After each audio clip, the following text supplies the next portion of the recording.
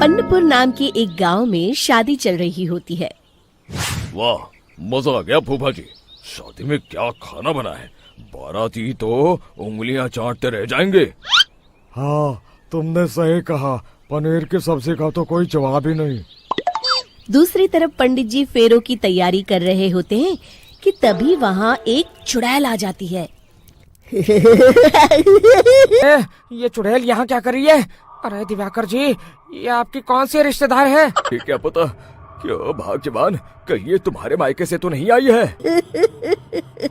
इस गांव में बारात लाने की हिम्मत कैसे हुई? मेरे रहते इस गांव में किसी की शादी नहीं हो सकती। तो मैं क्या करती हूँ? वरना ये चुड़ैल किसी को नहीं छोड़ेगी। तुम सही कहते हो मोहन भाई, यहाँ से भाग लेने में ही हम सबकी भलाई है। शादी के मंडप में भगदड़ मच जाती है और चुड़ैल सब कुछ उजाड़ कर रख देती है। एक दिन मोहन की शादी तय हो जाती है। भाई, अगले हफ्ते मेरी शादी तय हो गई है, लेकिन इस चुड़ैल की दहशत के मारे तो मेरे हाथ पैर कांप रहे हैं। तुम्हारा दिमाग तो खराब नहीं हो गया? तुम अपने साथ साथ हम सब गांव वालों को भी बलि का बकरा बनाना चाहते हो? उस चुड़ैल के रहते तुमने अपनी शादी के बारे में सोच भी कैसे लिया? लेकिन उस चुड़ैल के डर से मैं जिंदगी भर कुंवारा तो नहीं रह सकता। के होने वाले ससुर आ जाते हैं। अरे ससुर जी, आप देखो, अब तक मैं तुम्हारा ससुर बना नहीं हूँ और शायद बनूंगा भी नहीं। ये आप क्या कह रहे हैं? मैंने तो शादी का कोड भी सिलवा लिया है। मैं अपनी बेटी की शादी किसी अच्छे गांव में कराना चाहता हूँ। तुम्हारा गांव तो भूतिया गांव है। मैं तो क्या, अब तो कोई भी अपनी लड़की इस गांव वालों को नहीं देगा। इस तरह चुड़ैल के डर से उस गांव में किसी की भी शादी नहीं हो पाती। गांव के जमींदार अपनी बेटी की शादी करने का विचार करते हैं, लेकिन चुड़ैल के डर से उनकी भी हिम्मत जवाब दे देती है। शादी तय समय से नहीं हुई तो मेरी नाक कट जाएगी। मुझे कुछ करना ही होगा। सलाहकार के कहने पर जमींदार काशी से एक बहुत ही नामी तांत्रिक को अपने घर बुलवाते हैं, जो भूत चुड़ैल को पकड़ने में माहिर माना जाता था। जमींदार साहब, आप चिंता मत करिए। इस गांव की सीमा में प्रवेश करते ही मुझे उस चुड़ैल के बारे में सब पता चल गया था। आप उसे जल्दी से जल्दी कैद कर लीजिए ताकि मैं अपनी बेटी की शादी कर सकूं। जब वो चुड़ैल एक इंसान थी, तब ठीक उसकी शादी करने वाले दिन ही उसकी और उसके होने वाले पति की एक दुर्घटना में मौत हो गई थी।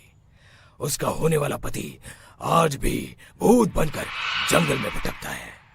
इसलिए जब तक चुड़ैल की शादी नहीं हो जाएगी, वो किसी और की भी शादी नहीं होने देगी। ये आप क्या कह रहे हैं? अगर वो भूत भी हमारे गांव में आ गया, तब हमारा क्या हो? मैं बीच में बहुत बोलता है, इसे बाहर निकालो। उस भूत के साथ चुड़ैल की शादी करा दी जाए तो वो चुड़ैल हमेशा लिए उस गांव को छोड़कर चली जाएगी। जमींदार साहब, आप अपनी बेटी की शादी की तैयारी शुरू कर दीजिए। मैं कुछ गांव वालों को अपने साथ लेकर उस भूत को ढूंढने जंगल की ओर जाता हूँ। इस तरह जमींदार निश्चित होकर अपनी बेटी की शादी करवाने लगते हैं। चुड़ैल आ जाती है। मैंने तुम गांव वालों को समझाया था ना कि इस गांव में कभी कोई शादी नहीं करेगा। हल्के में ले रहे हो। चुड़ैल जमींदार की बेटी को उठा लेती है। अब देखती हूँ बिना दुल्हन के तुम लोग शादी कैसे करोगे। मैं इसे अपने साथ ले जा रही हूँ। पिताजी, मुझे बचाइए। अरे, कोई मेरी बेटी को बचाओ। तांत्रिक उस भूत को लेकर वहाँ पहुँचता है। अरे भाग्यवान, रुको, इन मासूमों को परेशान मत करो। मैं आ गया हूँ, अब तुम मेरे साथ चलो। चुड़ैल बहुत खुश हो जाती है। आप आ गए, चलिए अब हम मंदिर में चलकर शादी कर लेते हैं। अरे अरे अरे अरे, ये क्या कह रही हो? मंदिर में जाके दोबारा मरना है क्या? चलो, आज से हम जंगल में रहेंगे। चुड़ैल चली गई, अब मेरी शादी हो जाएगी। इस तरह सभी गांव वाले खुशी से झूमने लगते हैं।